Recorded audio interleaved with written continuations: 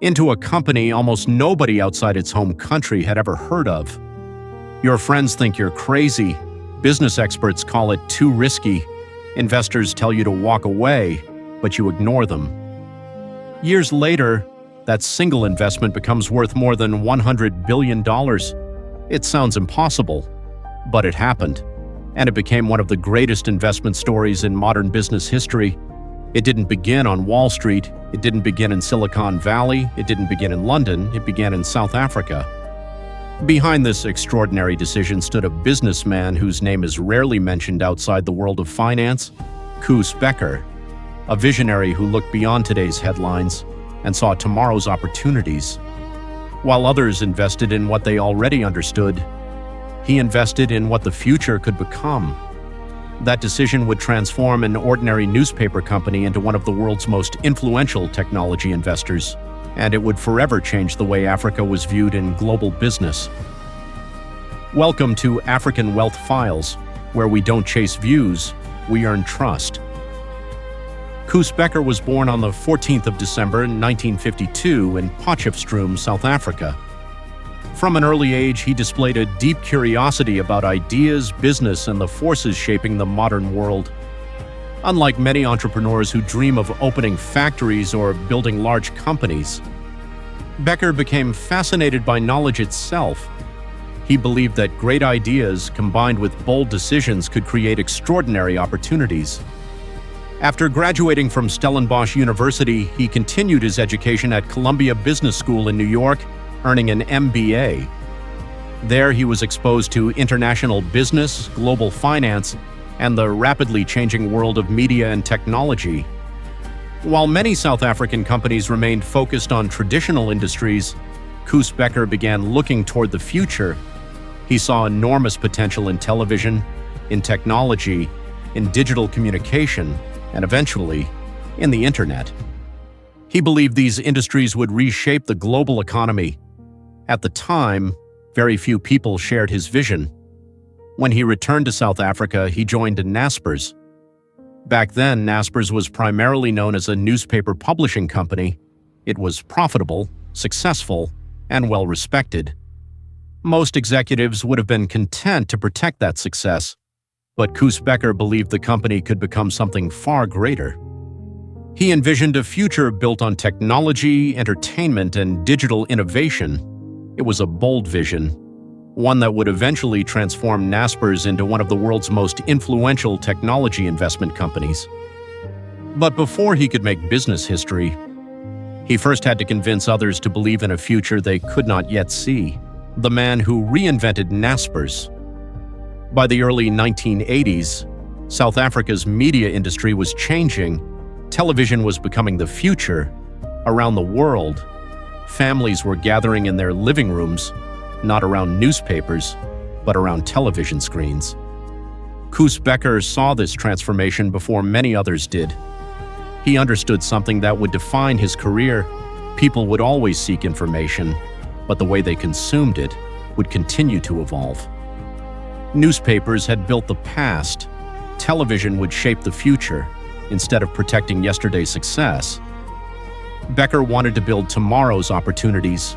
It was a bold idea, one that required courage, because innovation always carries risk. In 1985, a new chapter began. Naspers helped launch Mnet, South Africa's first subscription television service. At the time, many believed the idea would fail. Why would anyone pay to watch television when free channels already existed? But Bekker believed premium entertainment would create value. He believed people would always pay for quality. History proved him right. Mnet grew rapidly. Millions of households subscribed. For the first time, television became more than entertainment. It became a thriving business. But Koos Bekker wasn't finished. He wasn't interested in building just another successful television company. He wanted something much bigger.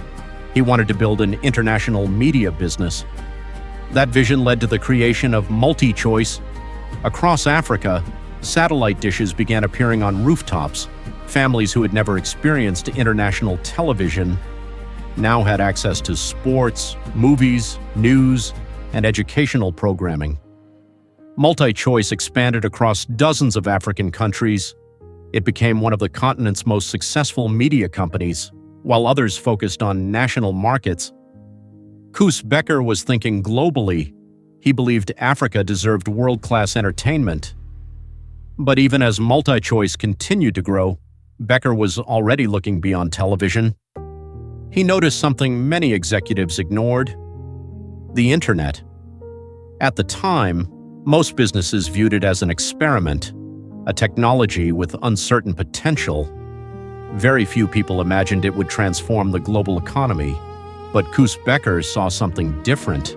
He believed the internet would become the greatest communication platform the world had ever known. That belief would soon lead him to a small technology company on the other side of the world, a company almost nobody outside China had ever heard of.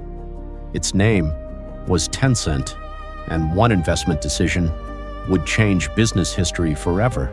The $34 million gamble. The year was 2001. The internet was still in its early days. Many technology companies had just collapsed during the dot-com crash. Investors were nervous. Billions of dollars had been lost around the world. People believed the internet boom was over. Most companies became cautious. Some stopped investing in technology altogether. But Koos Bekker saw something different. He believed the internet had not failed. It was simply growing up.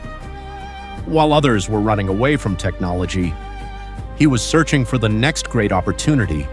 His search led him thousands of kilometers away, to China.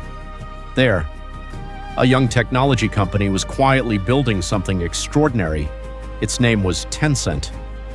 At the time, very few people outside China had heard of it. It wasn't a global giant. It wasn't making international headlines. It was simply a small company with ambitious founders and a bold vision. Many investors ignored it. Some thought China was too risky. Others believed the business would never grow beyond its domestic market.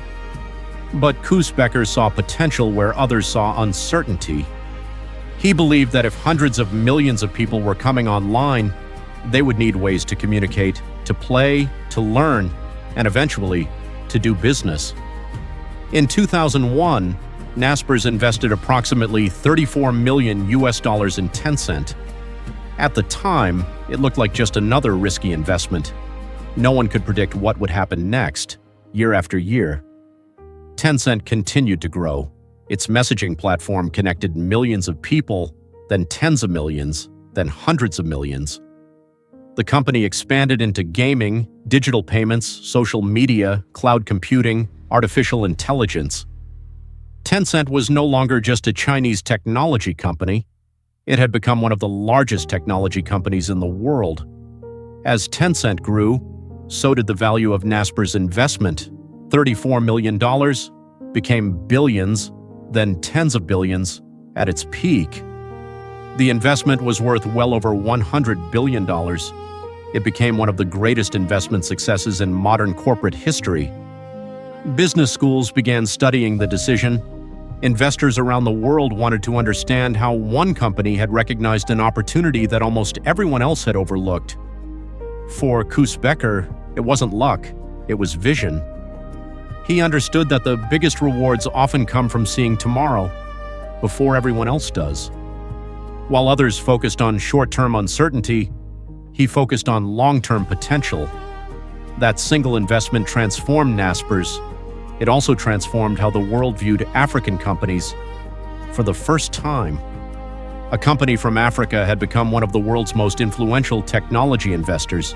It was proof that world-changing business decisions could be made, not only in Silicon Valley, but in Africa. Yet despite this extraordinary success, Koos Bekker remained remarkably humble. He rarely sought the spotlight. He preferred to let results speak louder than headlines. His greatest achievement was never simply making money. It was changing the future of a company and inspiring generations of entrepreneurs to think beyond borders.